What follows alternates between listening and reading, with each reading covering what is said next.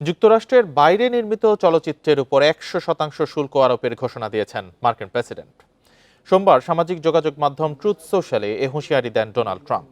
এ সময় অন্যান্য দেশগুলোকে মার্কিন চলচ্চিত্র শিল্প চুরি করার জন্য অভিযুক্ত করেন তিনি।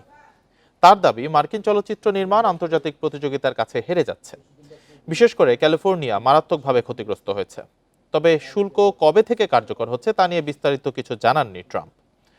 চলচ্চিত্র শিল্পে শুল্ক আরোপের ঘোষণার পরই নেটফ্লিক্সের শেয়ার ১.৪% এবং ওয়ার্নার ব্রোস ডিসকভারির শেয়ার ০.৬% কমে যায়।